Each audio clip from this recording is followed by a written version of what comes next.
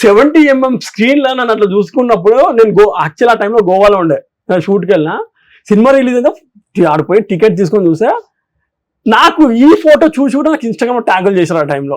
Okay, ఆ kick వేరే ఉంటుంది. ఫస్ట్ టైం బిగ్ స్క్రీన్ లో కనిపించడం, అది కూడా సినిమా. చాలా ట్రాన్స్ఫర్మేషన్ బాగా చేసావు లైఫ్ లో.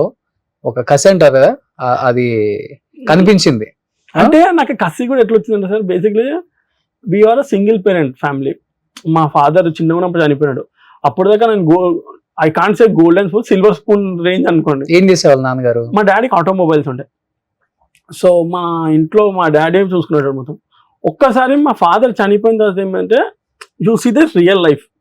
సో నాకు ఆ టైంలో ఏంటంటే అప్పుడు దాకా నేను super hit kid, super studies be అంత లేదు నాకు. ఎంత ఏజ్ నాన్న చనిపోయేదానికి? అప్పుడు నాకు 16 years ఉంటుంది, 16 years 15 years. అప్పటి వరకు నానే హీరో, అంతే, నానే అన్ని చూసుకుంటాడు, అంతే. మనకేం తెలియదు అసలు కావాల్సిన టైంకి డబ్బులు, మంచి లైఫ్.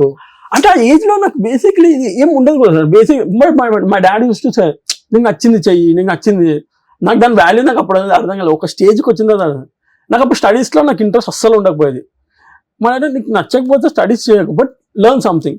నన్ను కరాటే క్లాస్కి పంపించిన ఆ టైంలో, నీకు అది రాదుగా ఇదనే ట్రై చేయి, లెర్న్ సంథింగ్. సో స్లోలీ అయిపోయి తను చనిపోయిన తర్వాత దెన్ ఐ అండర్స్టూడ్. అప్పుడు రియల్ లైఫ్ కనిపించింది. జీవితం అంటే అమ్మా, అంటే now it's feels happy. But ఆ టైంలో ఆ స్టేజ్ లో నీకు హిట్ అవుతుంటుంది చూడు కొన్ని points, that was like very painful. చెప్పాలంటే ఆ టైంలో నేను 10th ఎప్పుడో అయిపోయింది. నేను 10th అప్పుడు 10th ఎగ్జామ్ కూడా రాయలేదు. డబ్బులు లేకపోతే నేను ఇక అప్పుడే ఆఫీస్ బాయ్ జాబ్ దొరికితే 2000-1500 ఇస్తాంటే సరే అని చెప్పి జాయిన్ అయిపోయినా. అప్పుడు దాకా లైఫ్ సడన్ గా పోయి ఇట్లా వచ్చి టేబుల్ క్లీన్ చేయండి అని నాకు 2 seconds ఏంది ఇప్పుడు వచ్చి ఒక 2 cigarettes తీసుకురా, ఇది మనకి తెలియదు లైఫ్ కదా సడన్ గా. తర్వాత టీ తీసుకురావడము, దట్ వాస్ లైక్ కొంచెం బాధ అనిపించేది. అబ్బా, నాకు ఇంకా అన్నిటికన్నా వరస్ట్ థింగ్ అంటే నాకు మా ఆఫీస్కి ముందే మా ఫ్రెండ్స్ కాలేజ్ ఉంటుంది నారాయణ. ఇప్పుడు నేను ఆఫీస్కి ఏమో సైకిల్ పోతా, మేము ఆఫీస్కి పోయి వీళ్ళకి నాకు మెయిన్ టాస్క్ ఎక్కడంటే ఆ చాయ్ ఫ్లాస్క్ తీసుకొని వస్తా. అప్పుడు అలా కనిపించిన అనుకో, నేను అప్పుడాక ఏదో మేనేజ్ చేయొచ్చు, కానీ ఈ ఫ్లాస్క్ కనిపిస్తే ఎట్లా మేనేజ్ చేస్తాం? అరే జాబ్ చేస్తున్నాడు నాతో చదివిలో ఆపోజిట్ లో. అది that was hitted me like anything. 10th లోనే డిస్కంటిన్యూ చేసి ఆఫీస్ బాయ్ జాయిన్ అయిన తర్వాత నాకు అప్పుడు రియల్ లైఫ్ అర్థమైంది. అమ్మ నాకు స్టడీస్ చాలా ఇంపార్టెంట్ చెప్పి మళ్ళీ తర్వాత ఒక ఇయర్ గ్యాప్ ఇచ్చి నెక్స్ట్ ఇయర్ మళ్ళీ నేను రాసి అన్ని క్లియర్ చేసి. ఎన్ని ఇయర్స్ చేసావు ఆఫీస్ బాయ్ గా రాజ్? ఒక 3 years చేశాను. అదే చాయ్ తీసుకురావటం, సిగరెట్లు కొనుక్కొని రావటం, టేబుల్స్ తోడవటం. ఆ ఫ్లాస్క్ అయితే that was like so painful for me. తర్వాత ఒక ప్లాన్ చేసి ఉండే, బేసిక్లీ నీకు కొరియర్ కవర్స్ ఉంటాయి కదా, ఆ కొరియర్ కవర్స్ లో పెడితే నీకు ఫ్లాస్క్ అనిపిస్తుంది కదా, it's look like A bag. So అట్లా అదొక టెక్నిక్ దొరికింది, అట్లా నడిచింది. తర్వాత దెన్ ఐ స్టార్ట్, అది అయిపోయిన తర్వాత దెన్ +1 +2 నేను అక్కడికి స్టార్ట్ చేసి మార్నింగ్ కాలేజ్కి వెళ్ళి ఈవినింగ్ జాబ్. నీ ఫీజు నువ్వే సంపాదించుకున్నావు? ఫీజ్ అంటే అంత పెద్ద ట్యూషన్ ఫీజే కొంచెం ఎక్కువ ఉండేది, కాలేజ్ ఫీజు చాలా తక్కువనే, ఇయర్లీ ఉంటుంది కాబట్టి తక్కువనే. సో అది ఫీజు చేసుకొని అది చేసి దాని తర్వాత ఇది ఇంటర్ అయిపోయింది. ఇంటర్ అయిపోయిన తర్వాత దెన్ నేను డిగ్రీ చేస్తున్నప్పుడు దెన్ మా బాస్ వాజ్ గివెన్ నాకు, అది కూడా పెద్ద అన్సంగ్ హీరో అని చెప్పి ఒక అవార్డు కూడా ఇచ్చారు నాకు మా HR. సో అప్పుడు కూడా నాకు చాలా మంది మెసేజ్ చేసేవాళ్ళు, nobody knows this journey was happen. So నేను 8 years అదే కంపెనీలో చేశాను. ఆఫీస్ బాయ్ నుంచి RM లెక్కైంది అదే కంపెనీలో. దాని తర్వాత మళ్ళీ వేరే కంపెనీకి షిఫ్ట్ అయ్యి ఆ వేరే కంపెనీ తర్వాత చలో రిస్క్ తీసుకొని చేద్దాము అన్న టైంలోనే then the COVID was hit అయింది. నాన్నగారు ఎందుకు చనిపోయారు అంత చిన్న ఏజ్? అంటే స్మోకింగ్,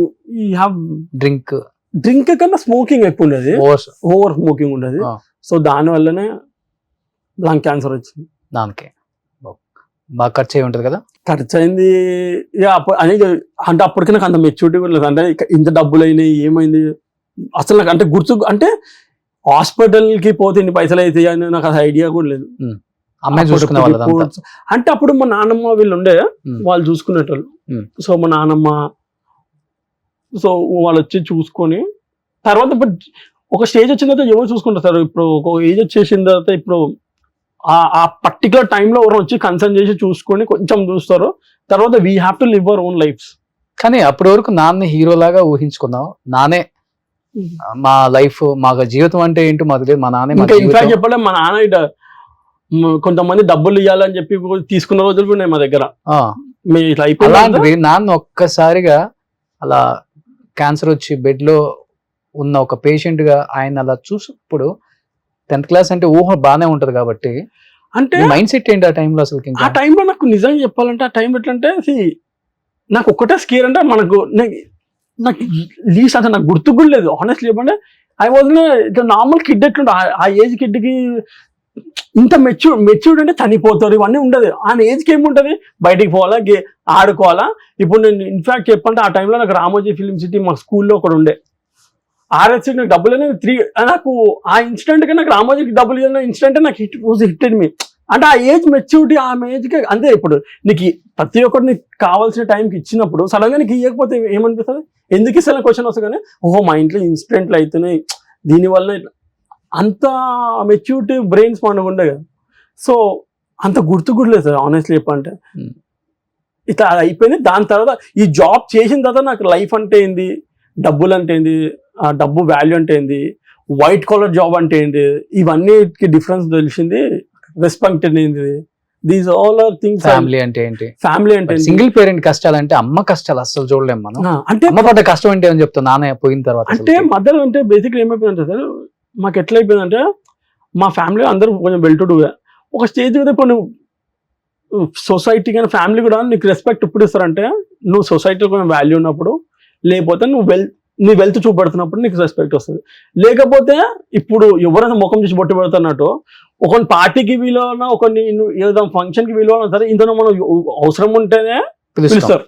లేకపోతే అంటే అది ఫ్యాక్ట్ సార్ బేసిక్లీ మనం అనుకుంటాం. కానీ అది ఆనెస్ట్ గా జెన్యూన్ చెప్పాలి. మన సొసైటీలో కనిపిస్తాడు, దీనివల్ల మనకి వెల్త్ అన్న క్రియేట్ కావాలా, లేకపోతే వాల్యూ అన్న క్రియేట్ అయితేనే పిలిచి షో ఆఫ్ చేస్తారు. లేకపోతే పిలువనుకో పిలువ. మాకు ఆ కేటగిరీ ఉండే. లిటరలీ మా మనం పిలువ. మై మామ్ చూస్తే అరే వీళ్ళు పిలవలేరు, వాళ్ళు చేసుకున్నారు ఆ ఫంక్షన్, వీళ్ళు చేసుకున్నారు. అప్పుడు అనిపించేది అబ్బా ఎందుకు మమ్మల్ని ఇట్లా వేలేసినట్టు ఉంటుందని. బట్ ఆ టైం కూడా ఇప్పుడు దీని తర్వాత లైక్ దే కాలింగ్ మేము. ఇప్పుడు నాకు టైం లేదు but yeah they keep on calling for this event that event. మనం ఇప్పుడు ఏడు వెళ్తాం మనకున్న సిచ్యువేషన్స్ కి. ఇప్పుడు అమ్మ హ్యాపీయా? So she so happy, so happy. ఇప్పుడు నాకు ఒకటి పెళ్లి అంటే ఒక్కటి తప్పించి మిగతా అంత హ్యాపీయే. పెళ్లి అంటే గుర్తొచ్చింది బిగ్ బాస్ రాజుది లవ్ బ్రేకప్ అనే న్యూస్ నిజమా? బ్రేకప్ ఒక బ్రేకప్ ఎవరికి చెప్పండి. బ్రేకప్ అందరికి ఉండదు, మీకుండదా నాకు ఉంది. ఒకటే బ్రేకప్ బ్రేకప్లు కానీ ఒక బ్రేకప్ ఉండే. ఒక బ్రేకప్ సైడ్ ప్రాబ్లం, తన సైడ్ ప్రాబ్లం.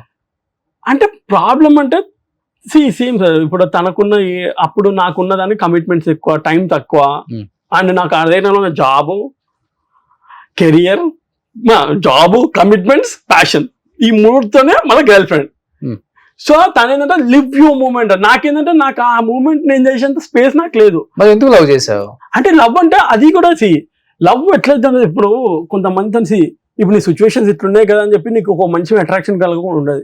కలిగింది మాట్లాడినా I told him like this is the thing is. Eventually నాకు నువ్వు సెట్ కావు, నేను నీకు సెట్ కావు అని చెప్పి ఈవెన్చువలీ బ్రేకప్ అయింది. అది ఎట్లా అంటే నాకు అమ్మాయి మీద గ్రడ్జ్ లేదు, ఆ అమ్మాయి మీద నాకు గ్రడ్జ్ లేదు. ఎందుకంటే ఆ సిచ్యువేషన్ అమ్మాయి కూడా తెలుసు అదే. బట్ ఆ అమ్మాయి కింద ఆ టైంలో వెల్ టు డూ ఫ్యామిలీ. తను కూడా బిగ్ బాస్ అమ్మాయా? కాదు అసలు ఇండస్ట్రీ కాదండి. తను అసలు she's in US right now.